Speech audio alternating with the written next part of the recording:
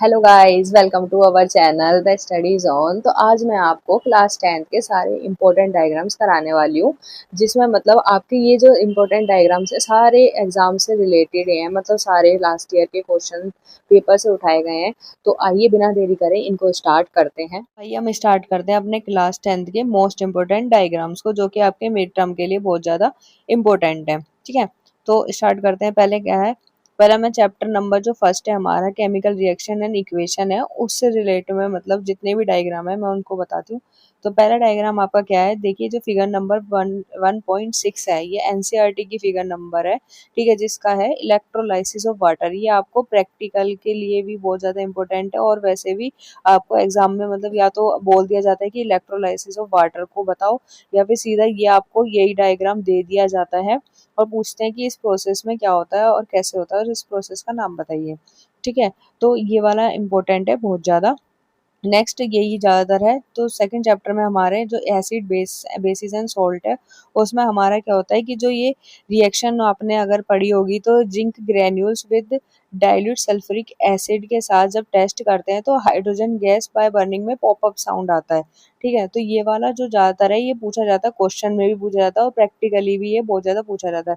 तो इसको आपको, इस डायग्राम को आपको बनाना आना चाहिए कि मतलब कि क्या क्या ऐसा होता है कि जब हम हाइड्रोजन गैस इवॉल्व होती है और जब हम उसे कैंडल के उसमें लेकर आते हैं, मतलब हीट के कांटेक्ट में लेकर आते हैं, तो एक पॉपअप साउंड निकलता है। ठीक है, तो वो सब चीज़ें आपसे ये क्वेश्चन में पूछा जाता है कि कौन सा साउंड निकलता है, ये होता है।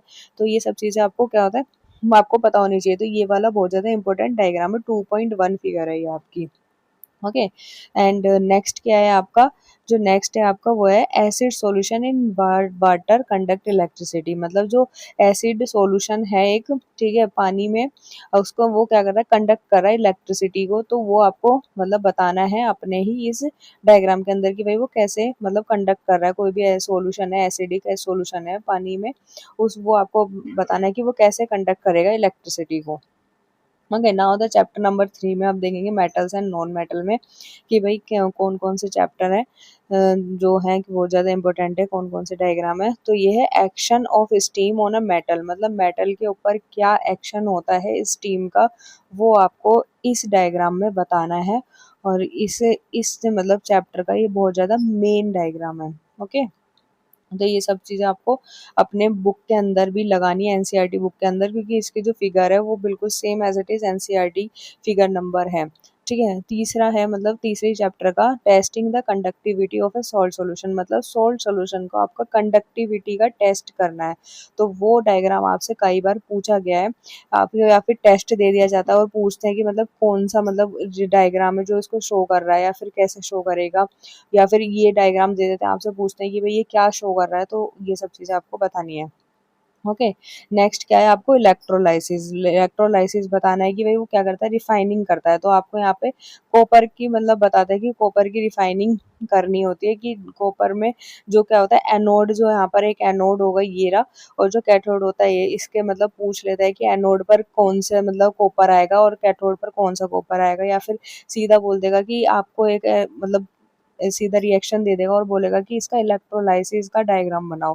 ठीक है, या फिर डायग्राम देके ये पूछ लेगा कि कौन सा मतलब इम्प्योर कॉपर किस पर आता है, एनोड पर आता है, और कैथोड पर क्या आता है, प्योर कॉपर आता है। ठीक है, नीचे जाके इम्प्योरिटीज नीचे, वो भी मतलब एनोड मड की जो इम्प्योरिटीज होंगी, एनोड के नीचे ही इम्प्योरिटीज भी मतलब यहाँ पर जम मतलब स्टोर हो जाती है नीचे जाके बॉटम में। ठीक है, तो ये वाला बहुत ज़्यादा इंपॉर्टेंट है। अब आता है हमारा लाइफ प्रोसेस, जो कि बायोलॉजी का चैप्टर है। तो ये याद रखना कि ज़्यादातर जो भी डायग्राम आपके पूछे जाएंगे वो बायोलॉजी से पूछे जाते हैं। तो ये वही चैप्टर सब आपके स्टार्ट हो गए। तो सबसे पहले आपका क्या आता है, ओपनिंग एंड क्लोज स्टोमेटापोर। स्टोमेटापोर के जो क्लोज्ड और ओपनिंग वाला मतलब पोर्शन होता है वो आपको याद रखना है। ठीक है, नेक्स्ट इज, ये आपने कई बार देखा होगा, जो एमोइबा का मतलब न्यूट्रिशन होता है, अमोइबा कैसे न्यूट्रिशन लेता है, वो कई बार पूछा जाता है, क्वेश्चन में भी पूछा जाता है और वैसे भी मतलब बोल दिया जाता है कि draw the diagram to show the nutrition in amoeba, कि वो मतलब शो करो आप डायग्राम से कि एमोइबा न्यूट्रिशन कैसे लेता है। ठीक है, तो ये आपको बहुत अच्छे से याद होना चाहिए, इसके सारे पार्ट्स भी, है ना। एक नेक्स्ट आता है ह्यूमन एलिमेंट्री कैनाल, या तो आपको ये बनाकर दे देता है और इसके मतलब ऐसे एरो दे देता है और पूछता है कि ये जो सारे पॉइंट्स हैं इनको बताइए, या फिर सीधा बोल देता है कि ह्यूमन एलिमेंट्री कैनाल को बना के दिखाइए। ओके, नेक्स्ट इज क्या है ये, schematic section view of the human heart. Human heart का मतलब क्या कहते हैं, ये आपको व्यू देता है, मतलब बनाकर ही देता है और पूछता है कि ये बताइए कौन सी आर्टरी है या फिर कौन सा वेन आर्ट्रियम है या वेंट्रिकल है, सीधा पूछता है, मतलब एरो दे देता है आपको, और आपको ये बनाना आना चाहिए ह्यूमन हार्ट का। Next, excretory system in human being. Excretory system बहुत ज़्यादा पूछा जाता है कि क्या कहते हैं, बताइए ये क्या होता है, क्योंकि ये बहुत ईजी होता है अगर इसको बनाए तो। बस इसे नॉर्मल सा जो ये चीज़ें होती है, ये चीज़ आनी चाहिए आपको बनाने, और इनके सारे पार्ट्स को आपको याद रखना है कि सीधा बोल देता है क्वेश्चन में, ये पार्ट्स भी दे देता है आपको कि ये डायग्राम बनाइए और इन पार्ट्स को उस डायग्राम के अंदर मतलब बताइए कि कहाँ पर है।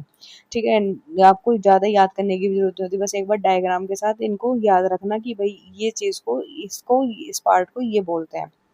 ठीक है, नेक्स्ट आपका क्या है, स्ट्रक्चर ऑफ नेफ्रॉन। नेफ्रॉन का स्ट्रक्चर काफ़ी बार देखा गया है, ये और एमोइबा वाला बहुत ज़्यादा इम्पोर्टेंट है। ठीक है, तो इसको करना है। Next, control and coordination chapter से क्या होता है, एक ये न्यूरन, इसको तो मतलब 101%, ये तो कई बार आया नहीं तो हर बार ही आता है, हर साल आता है क्वेश्चन न्यूरॉन का। इसके जो सारे मतलब ये axon, dendrite, cell body, nerve ending और न्यूक्लियस, इन सब के मतलब आपको फंक्शन तक पता होने चाहिए कि इनके फंक्शन क्या होते हैं। ठीक है, न्यूरॉन का स्ट्रक्चर बहुत ज़्यादा इंपॉर्टेंट है। Next is reflex arc. Reflex arc का मतलब आपको बताना है कि क्या होता है और कैसे, मतलब ये कैसे हमारे अंदर एक्शन करता है रिफ्लेक्स आर्क। ओके, नेक्स्ट हमारा क्या है, ह्यूमन ब्रेन का।